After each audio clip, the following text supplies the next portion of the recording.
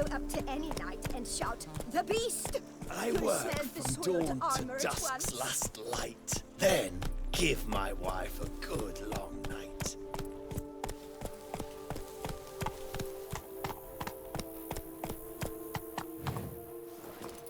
My stomach growls like an angry wolf.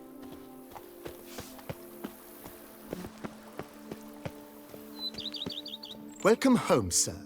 I am Barnabas-Basil. By order of the Duchess, I shall serve you as Major Domo of Corvo Bianco. I previously served with distinction at the Nibli family manor and in Nazaire with Admiral Rompali, who, as you are certain to know, is an extraordinary demanding gentleman. Whoa, Barnabas-Basil. One thing you ought to know. I'm not your typical landed gentleman.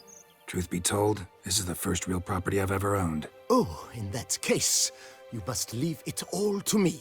I shall organize, see to everything, and whip the house into order. I dare say this place will soon be the most prosperous vineyard around. Great. Can already see I'm in good hands. Vineyard comes across as a place with a rich history.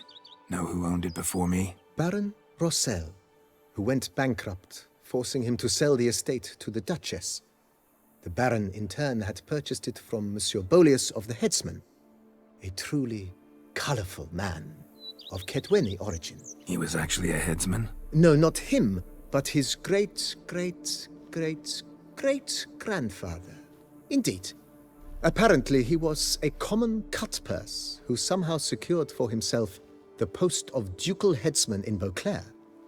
Went about his work with an exceptional penchant. They say he chopped off more heads than there are grapevines in the ducal vineyards. He never hesitated, not once. Never sliced unevenly, never botched a job.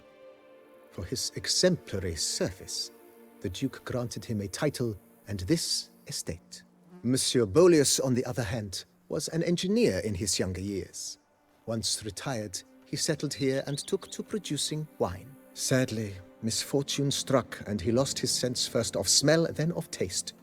Additionally, he could not drink alcohol. His medic forbade it. Shame that. He gave up making wine? Not at all. He made even more of it. Began throwing wild balls to which he'd invite friends from far and wide in order to treat them to his wine and delight in the fact that at least someone could enjoy it. It's the sort of man he was, Monsieur Bolius.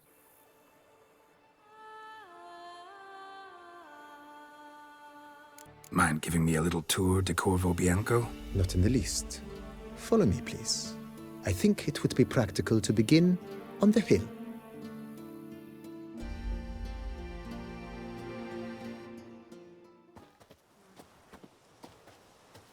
Behold, sir, your estate in all its splendor. Pretty vast. Indeed. And now, sir, allow me to show you a handful of interesting details. Follow me, please. Been a major domo all your life? Yes, I come from a long line of major domos. My father was a major domo, as was my grandfather before him, as was my great-aunt. In fact, she was the one to start the tradition. Great-aunt? A hard woman.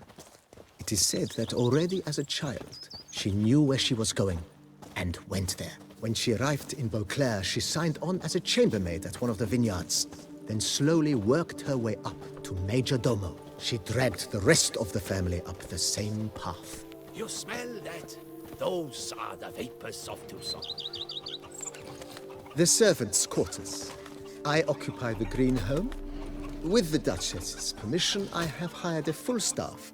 Their salaries to be paid from the ducal treasury. Nice of her. Not the most sightly part of the estate, I admit. But I think it's worthwhile for you as master of the domain to know where the help stays.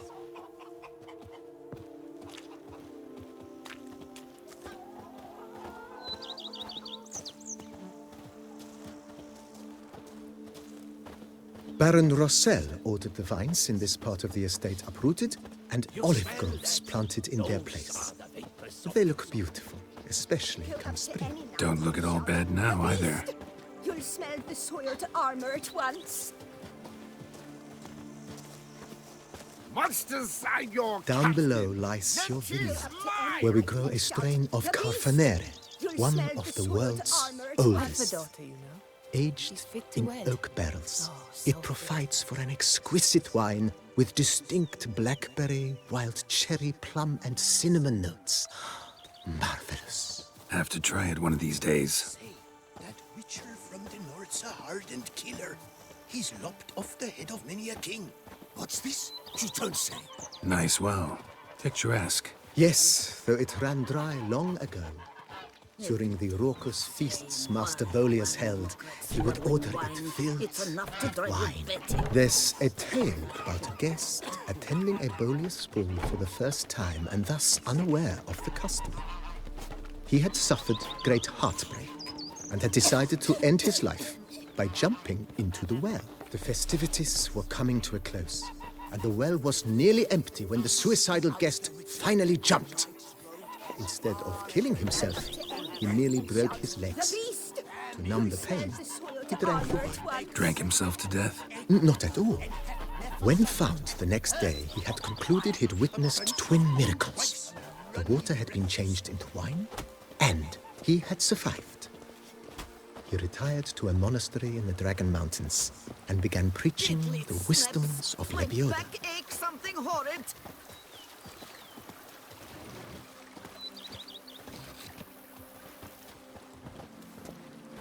Monsieur Bolius's wife Nina kept a garden here.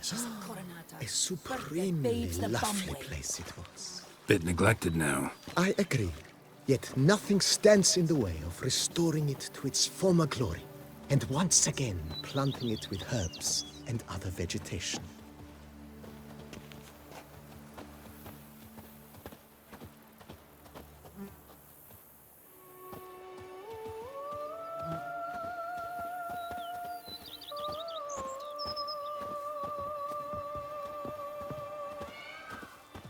Madame Nina planted diminutive, delicate flowers and herbs here. One might say their aroma still hangs in the air. You're quite the romantic, Barnabas-Basil.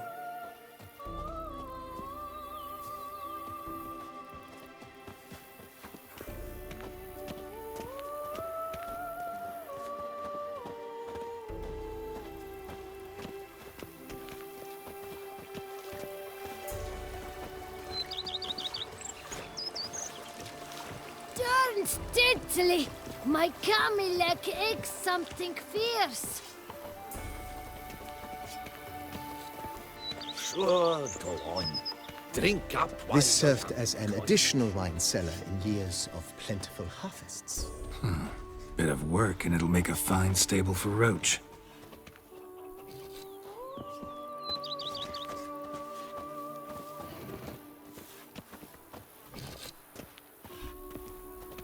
I've a daughter, you know. She's fit to wed. Oh, The cellars, voila.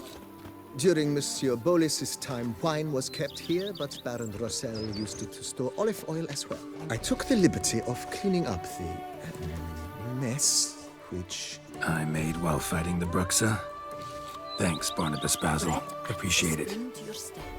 Wine adorns your head with thorns.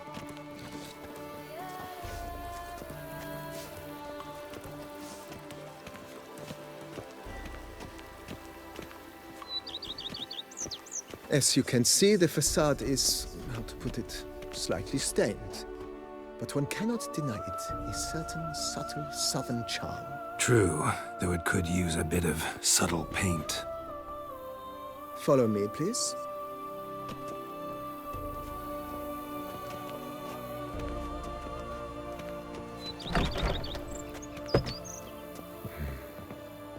And welcome inside. On the left is the master bedroom. On the right, the dining hall and kitchen. Upstairs, you shall find the guest room, currently used for storage. Not a bad idea. At the moment, the house is only minimally furnished. Yet I believe we will, together, devise some innovative arrangements. A few paintings, for instance, would breathe new life into the abode immediately. With that, sir, you've seen the full lay of the land.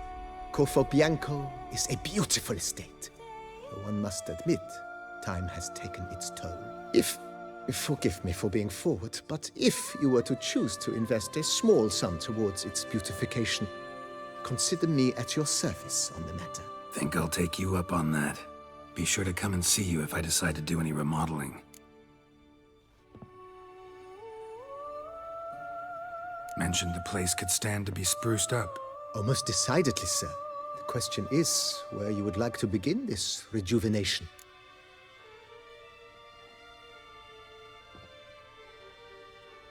Been thinking about the outer walls.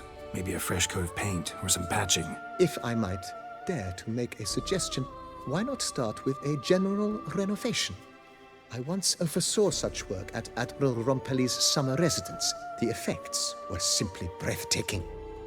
Not only did the residence positively sparkle afterwards, but we also made room to display the Admiral's armor and weapons, of which he was a passionate collector.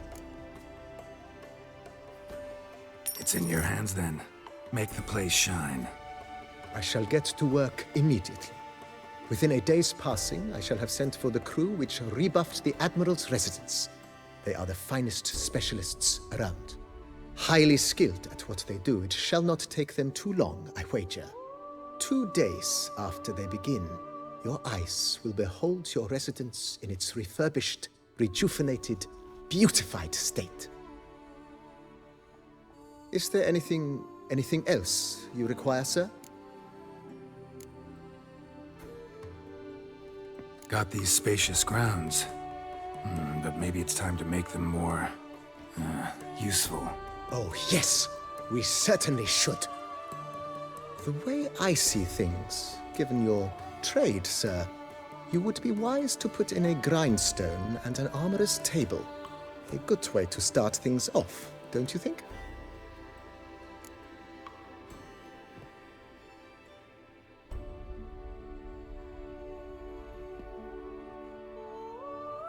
My armor needs work from time to time.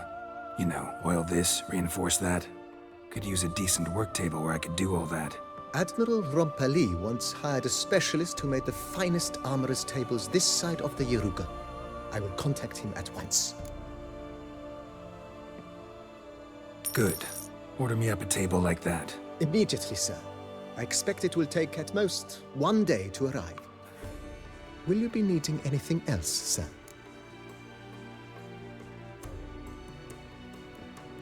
In my trade, my blades get dull pretty quick. Could use a grindstone, professional grade. Of course. No one would consider that an unnecessary extravagance, I would wager. Then send out for one, please. A high-quality stone to be set up in the yard. Of course. I shall send a runner to town at once. I believe you shall be grinding to your heart's content by tomorrow. Will you be needing anything else, sir?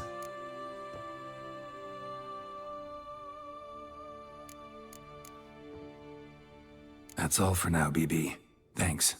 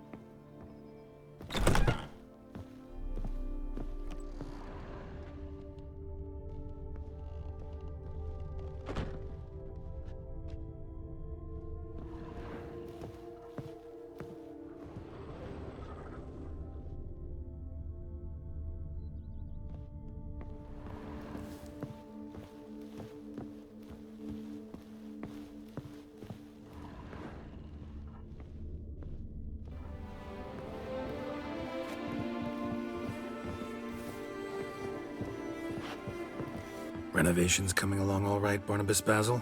Superbly, sir.